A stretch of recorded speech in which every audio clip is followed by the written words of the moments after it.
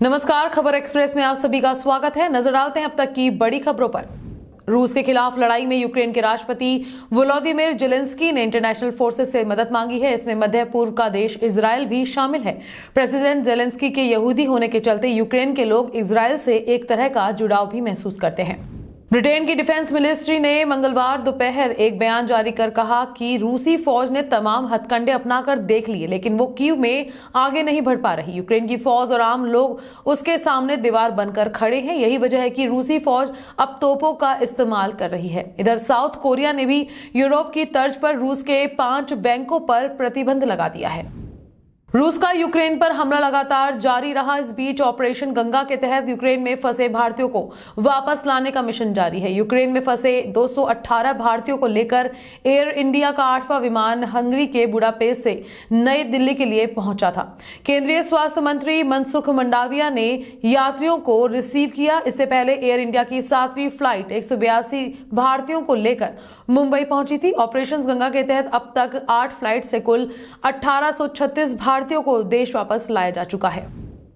जनपद जालौन के सिरसा कलार थाना क्षेत्र के पजूना में मुखबिर द्वारा पुलिस को सूचना मिली थी कि पजूना नदी के किनारे कुछ लोग जुआ खेल रहे हैं, जिस पर थाना प्रभारी अजय कुमार सिंह अपनी टीम के साथ पहुंचे। पुलिस को देखकर जुआ खेल रहे लोगों में भगदड़ मच गई। वहीं जुआ खेल रहा एक युवक पुलिस की गिरफ्त से बचने के लिए हड़बड़ाहट में नदी में कूद गया, जिससे उसकी मौत हो गई। ये घटना पजूना क्षेत्र की है। यहाँ पर एएसपी साहब और मैं एसडीएम जालौन आए और फिर गांव वालों से बात हुई। उनकी मांग ये थी कि जो भी अगर पुलिसकर्मी दोषी पाए जाते हैं तो उन पर कड़ी से कड़ी कार्रवाई हो, तत्काल उनका सस्पेंशन किया जाए उनका।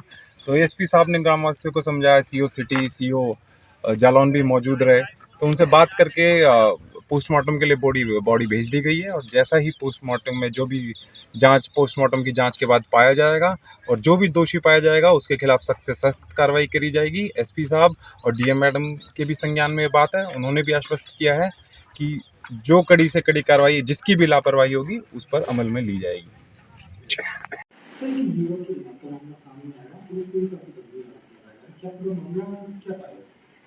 देखिए, प्रकरण कल शाम का है। 28 फरवरी 2022 को थाना सिरसा कलार क्षेत्र में जुआ खेलने की सूचना ग्राम पजूना के पास से प्राप्त हो रही थी। ग्रामीणों के द्वारा दी गई सूचना पर थाना प्रभारी के द्वारा वहां पर टीम भेजी गई। उसी समय जुआ खेलते हुए व्यक्तियों की धरपकड़ की गई, तो 3 व्यक्ति पकड़े गए हैं और अन्य फरार हुए। उसी में जो ग्रामीणों के द्वारा फिर बाद में सूचना दी गई कि अजय गुप्ता नामक व्यक्ति भी जो वहाँ पर जुआ खेलते समय भागा था, वो संभवतः वहाँ पे जो एक नाला बहता है उसमें डूब गया है और भागने के क्रम में डूबने के बाद में इस सूचना पर थाना सिरसा कलार की पुलिस के द्वारा और क्षेत्राधिकारी जालौन के द्वारा मौके पर जाकर वहाँ पर सर्च ऑपरेशन कराया गया था। और गोताखोरों को बुलाकर जब आज भी उस सर्च ऑपरेशन को कैरी आउट करते समय आज उस अजय गुप्ता नामक व्यक्ति की डेड बॉडी प्राप्त हुई है। बॉडी को आगे कार्रवाई के लिए पोस्टमार्टम की कार्रवाई के लिए भी भेजा जा रहा है। वहाँ पर पुलिस बल उपस्थित है। मौके पर एडिशनल एसपी को भी भेजा गया है। वहाँ पर एसडीएम जालौन भी मौजूद हैं और अधिकारियों के द्वारा ग्रामीणों से और परिवार वालों से वार्ता जारी है। और इस पूरी प्रकरण की जांच एडिशनल एसपी को मेरे द्वारा आज सुबह में सौंप दी गई थी और जो भी उसमें तथ्य आएंगे उस हिसाब से कार्रवाई की जाएगी।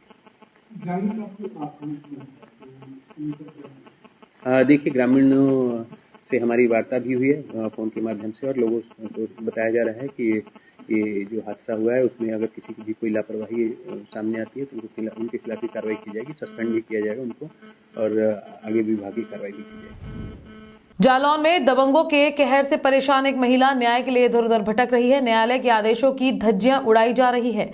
मामला न्यायालय में विचाराधीन है, फिर भी दबंगों ने उसकी जमीन पर अवैध तरीके से फसल उगा ली है। फसल काटने से महिला ने मना किया तो दबंगों ने उसको धमकी दे डाली, जिसको लेकर महिला राधा रेंगर ने उप जिलाधिकारी से शिकायत की है। मामला जनपद जालौन के हुसेपुरा का है।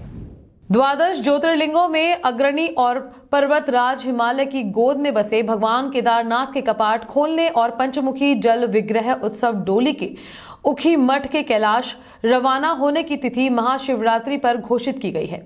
शीतकालीन गद्दी स्थल ओमकारेश्वर मंदिर में रावल भीमा शंकर लिंग मंदिर समिति के पदाधिकारियों और विद्वान आचार्यों की मौजूदगी में पंचांग गणना के अनुसार तिथि घोषित की गई। मंदिर के कपाट 6 मई को प्रातः 6:25 पर खुलेंगे।